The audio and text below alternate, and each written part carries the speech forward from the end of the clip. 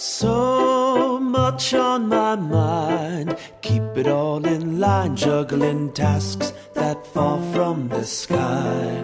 Oh, what a scene, somewhere on this road, there is a load that's lighter for me. Show me the road that's lighter for me.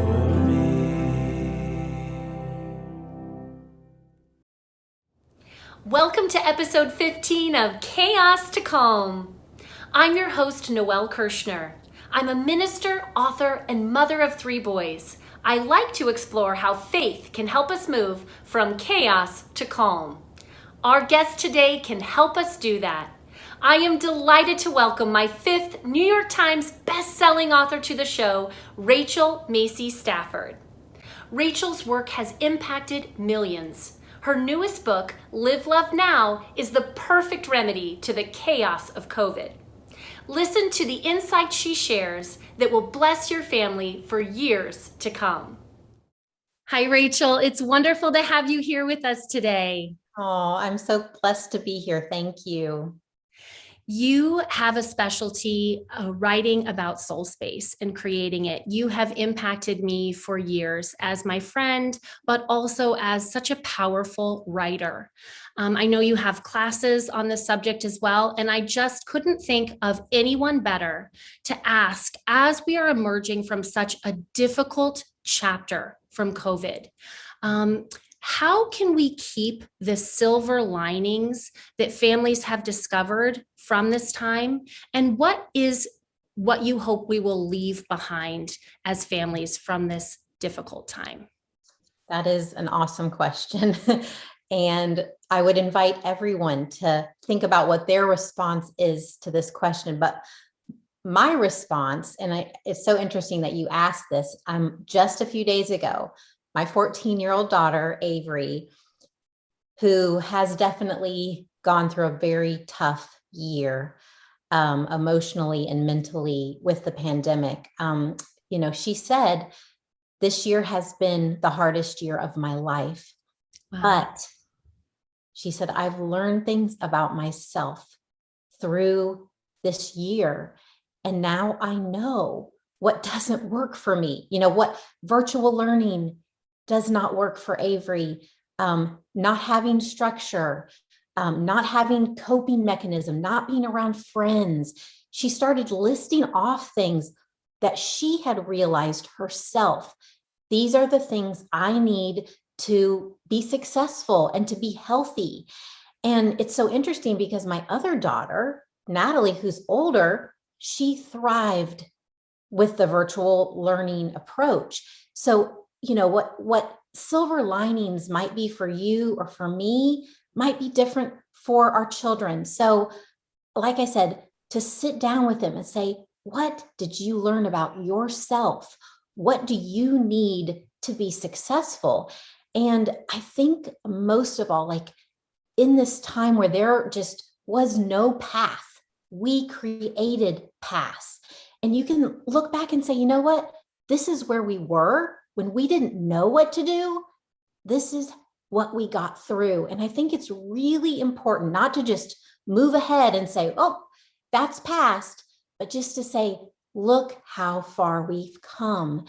And if you realized, you know what? I don't want to be overscheduled. I enjoyed baking. I enjoyed gardening. I enjoyed playing with my cat. Let's preserve some of these things that we did that to me are practices of presence. And when the world gets fast and busy, all of our practice of presence just kind of go out the window. So sit down with your family, talk about where you were, how far you've come, and how are you going to keep implementing the things that brought you joy and peace going forward? I love what you're saying. I do think it is particular to every person and every family, what they will want to continue. I can say, kind of as a broad stroke, not having all of the activities that we're running off to Yeah. really allowed a kind of family bonding that I think otherwise we would have missed a little bit of, especially with my little guy who was one during this period. His brothers weren't going to their after school sports and their after school activities for a time. And they really got to know him at a different level, which I appreciated quite a bit. Yeah. So I like that idea of honing in, listening to each other, Mhm. setting a vision, setting a goal, but also seeing the benefit, even of a difficult time. I had one guest on who talked about how, listen, if we come out of this period smelling like a rose, we are going to be raising the most resilient children to date because they've really had to go through so much. And if they're able to get through this, it's a hopeful message for the future. Absolutely. And that's what I tell my girls all the time. I'm like, if you can get through this and we kind of go through what they got through, you can do anything. This is how capable you are.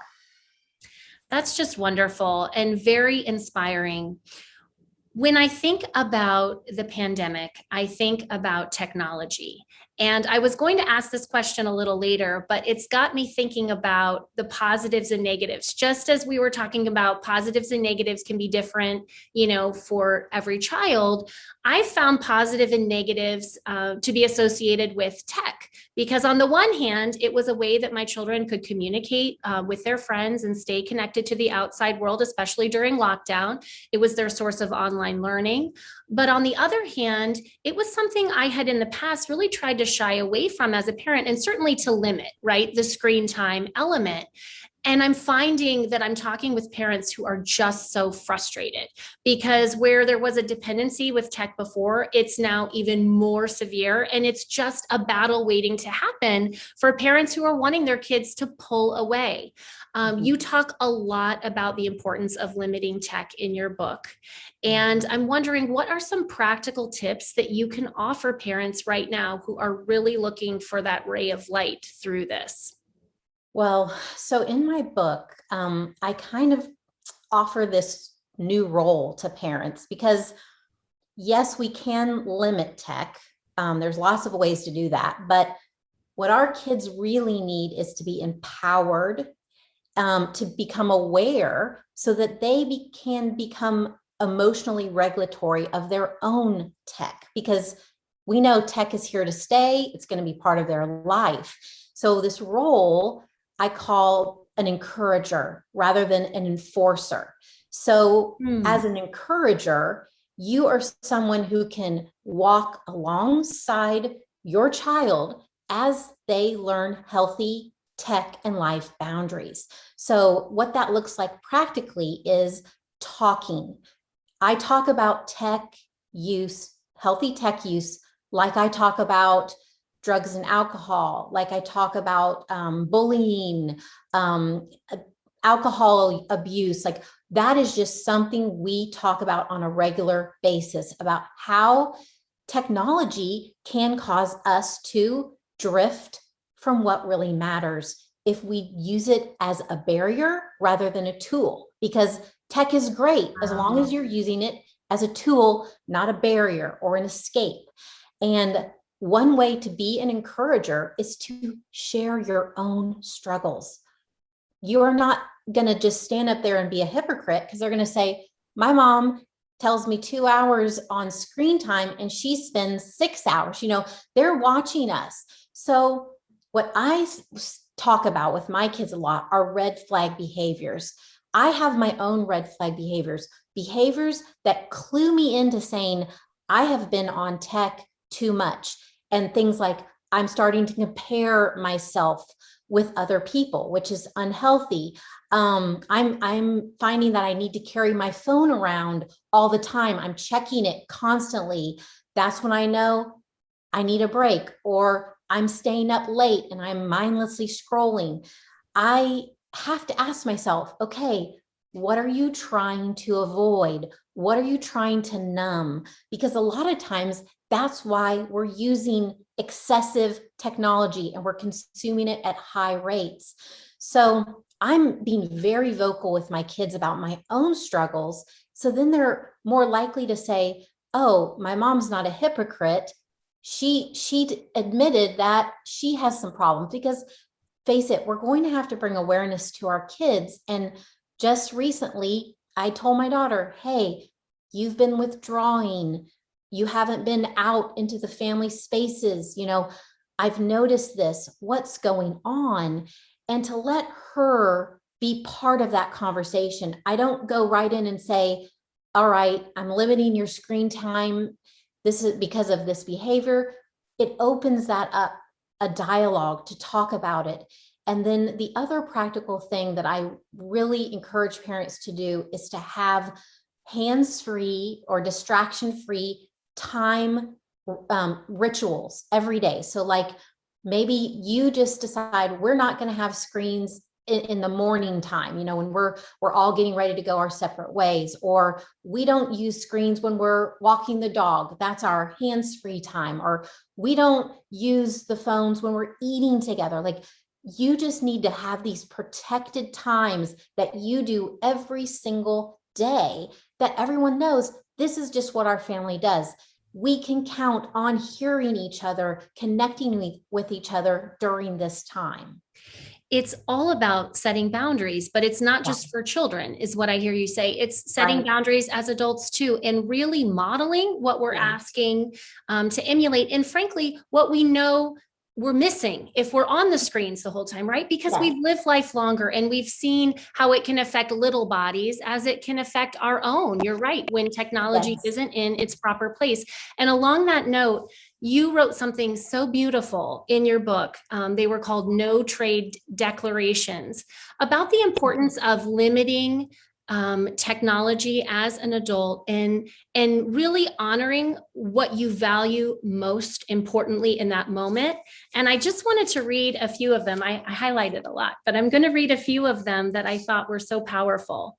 You said that you wanted to make a resolution like this: I'm not trading a proper hug and kiss goodbye for a rapid text response. I'm not trading real human connection for shallow online friendships. I'm not trading the joy of a handwritten card for a generic birthday message on a good friend's newsfeed. And my favorite, I'm not trading rest for 24/7 availability. I mean, as a parent, we know we can be available or need to be available 24/7 for our children. But when we start expanding that net beyond the family, it's just another means for getting exhausted. And I loved that you were intentional about pinning these.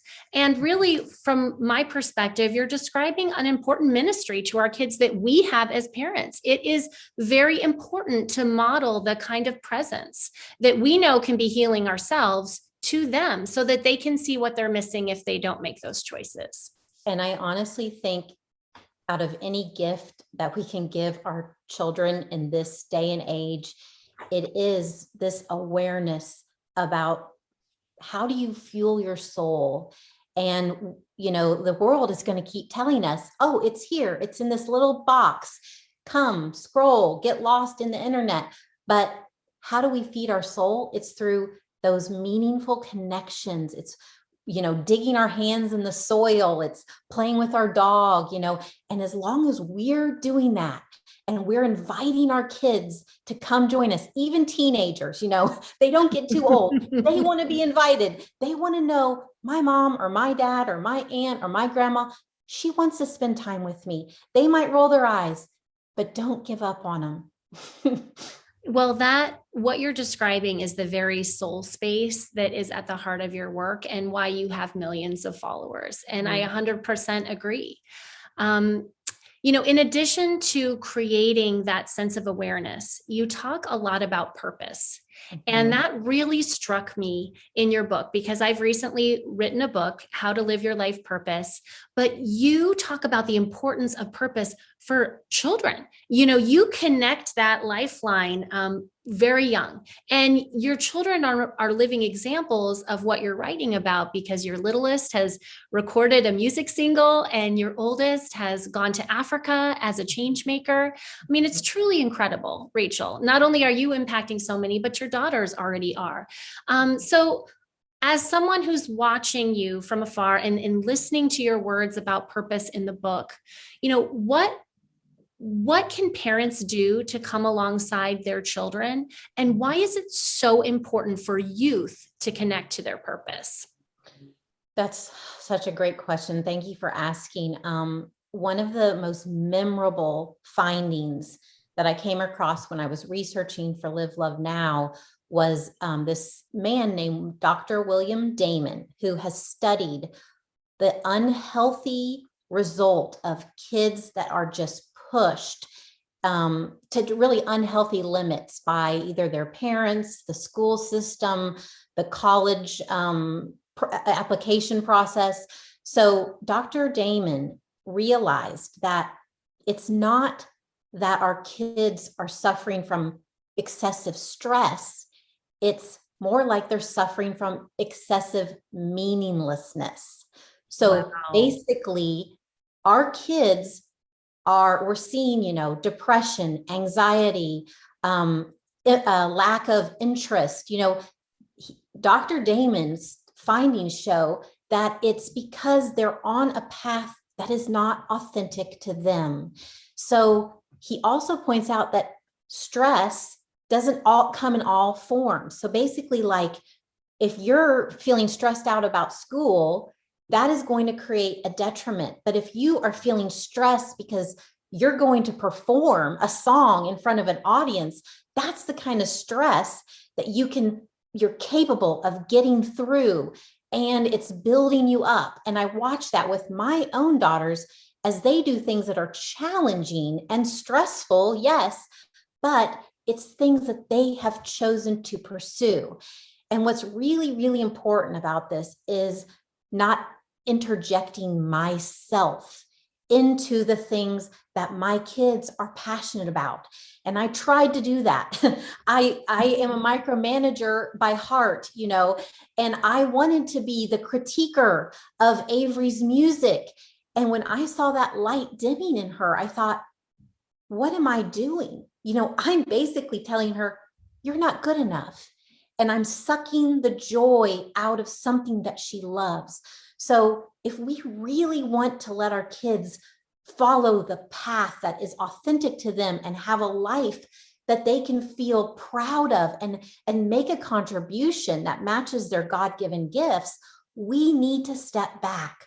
We don't need to micromanage it. We don't need to be their criticizer. We need to be their encourager. Again, that word just keeps popping up because that is the role parents need to embrace if they really want to steer kids away from this idea that there's one path to success, because that is not true. It is a sickness in society, right? This kind of race to get ahead. But then the question is, well, where are we racing to? And is this really, a path that will complement who my child is? And I think ultimately we're well-meaning parents, right? We want our child to be successful because we want them to enjoy life. However, enjoyment is up to them. And really listening and honing that ability to come alongside and reinforce instead of direct. That's what I see you talking about in this book. And I think it is so important. I loved the way you mentioned Damon and his researchers describe what purpose is. And I just want to read this quote for anyone who's listening who wants to really understand, well, what exactly is purpose? So this definition reads, a stable and generalized intention to accomplish something that is at the same time meaningful to the self and consequential for the world beyond the self. And I loved that definition, and it struck me because it's really two-pronged. I mean, not only is it meaningful to the child, but it enables them to have that sense of fulfillment that they're making a difference in the world, bringing joy through music, being a change maker in Africa, with respect to your two daughters, or whatever that change may be. What a loss for the world if our children are not able to make it better using the gifts that they enjoy using. That to me is an incredibly motivating vision, and certainly a wake-up call. I believe that as a parent, my greatest job is for my children to know that I love them, for them to know God's love, and for me to give every tool I can to enable my children to become who they're meant to be.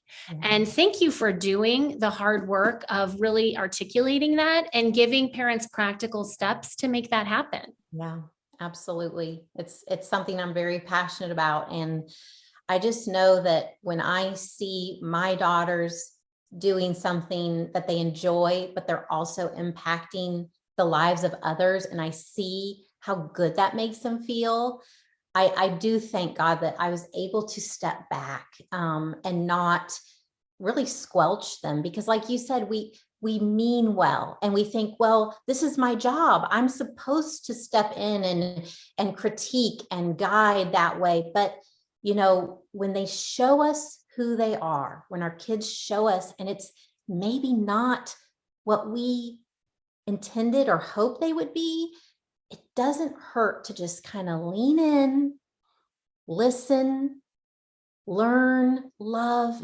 My youngest daughter is completely different than me, and I'm just a very driven, perfectionist tendencies, and she's the complete opposite. And I tried to make her like me until, like I said, the light went away in her, and I had to say, what are you doing? And now watching her write these songs that are touching people's lives because she's a deep feeling noticer, I think I'm so thankful that I did step back. When you describe your child's light, I just want to clarify for anyone who's listening and who wonders, well, what does that look like? What were the signs that you noticed that she was in trouble and that maybe you needed to change course? Yeah. One very profound sense that I felt, it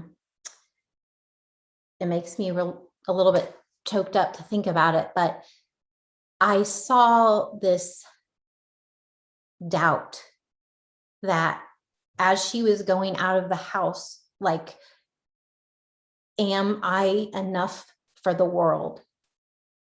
Can I come as I am? Because I had made her feel like she needed to be something different.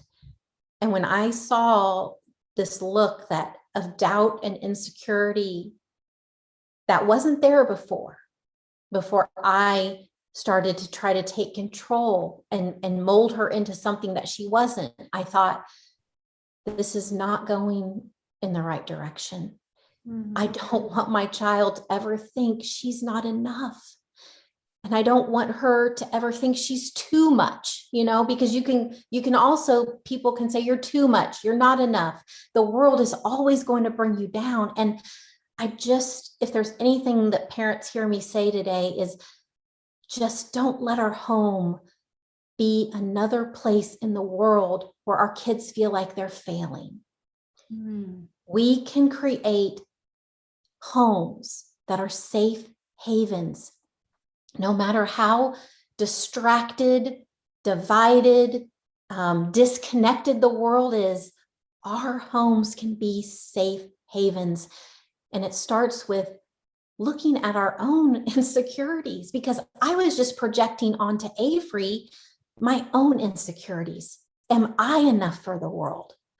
I had to work on myself so that I could give her the acceptance that she needed to become who she is today.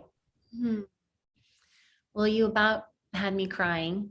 What a powerful realization, but also what a powerful way to be humble and allow yourselves to be molded, and to really rise to the challenge. I mean, I feel like as parents, we're all learning on the job, right?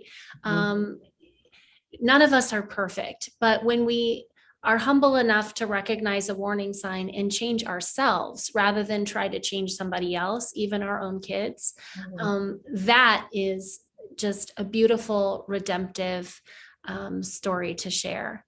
And it has me, thinking about another question that I wanted to ask you, Rachel, because just as you were raw and transparent with us just now, you do that throughout your book. There were things, and I've read some of your other work that I learned in this book that I have never heard you say before, or maybe you've said it in a blog post, but it hasn't been in a book. And really getting in there and getting my hands dirty and coming alongside the imperfections, the struggles, the messiness of life, and seeing how messy love can be so powerful and redemptive.